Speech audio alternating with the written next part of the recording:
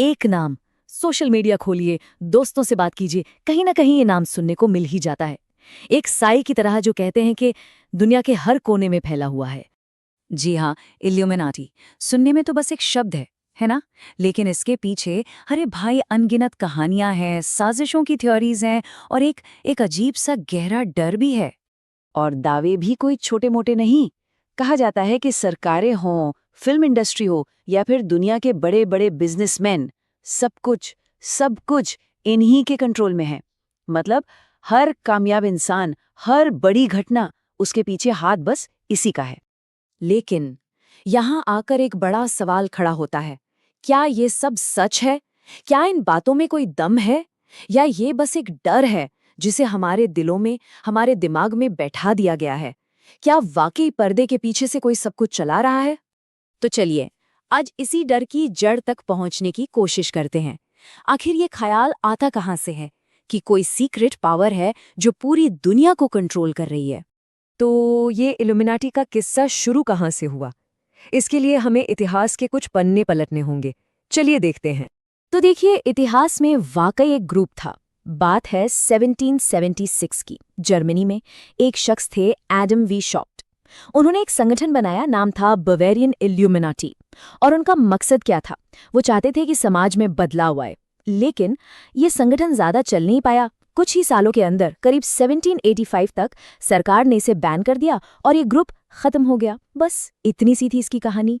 तो सबसे जरूरी बात जो यहाँ समझने की है वो ये है कि इतिहास का एक छोटा सा ग्रुप जो मुश्किल से कुछ साल ही चला, वो वक्त के साथ साथ दुनिया की सबसे बड़ी कॉन्स्पिरेसी थियरी का सिंबल बन गया। मतलब आज जिस इल्यूमिनाटी की बात होती है ना, उसका उस असली ऐतिहासिक ग्रुप से सच पूछे तो कोई सीधा कनेक्शन है ही नहीं।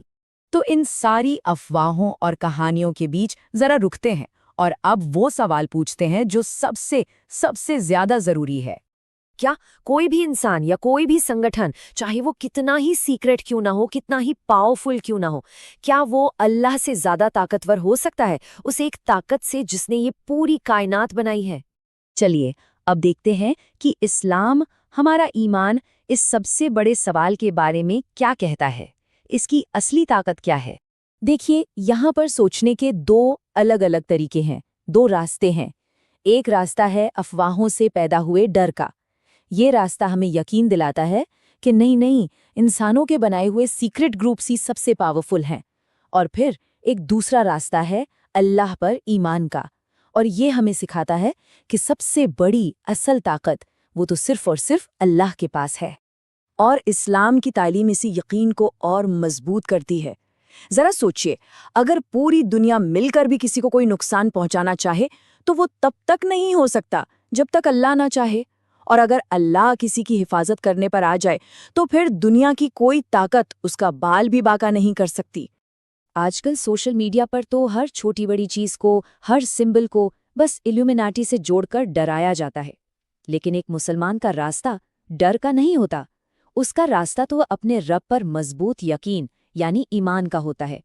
तो सवाल यह है कि इस समझ को, इस यकीन को हम अपनी रोज की जिंदगी में कैसे लाएं? तो इन कॉन्स्पिरेसी थ्योरीज में उलझने के बजाय क्या करना चाहिए? बहुत सिंपल है। पहली बात, बिना किसी सबूत के किसी पर भी इल्जाम नहीं लगाना।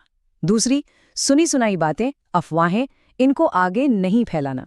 इसके बजाय क्या करें? अपनी नमाज को और बेहतर बनाएं, अपने अखलाक, अपने किरदार को सुधारें और सबसे ज़रूरी बात, अपने रब से अपना कनेक्शन मजबूत करें। असल काम तो यही है। तो ये बात हमेशा याद रखने वाली है कि इस दुनिया को कोई सीक्रेट पावर नहीं चला रही। इसे चलाने वाला तो वो एक है, रब्बुल आलामीन, सारी दुनिया का मालिक। तो आखिर में एक सवाल के साथ बात खत्म करते हैं कि हमें डरना किस चीज़ से चाहिए? इन कहानियों वाली सीक्रेट ताकतों से, या फिर अपने उन गुनाहों से जो हमें हमारे रब से दूर कर देते हैं?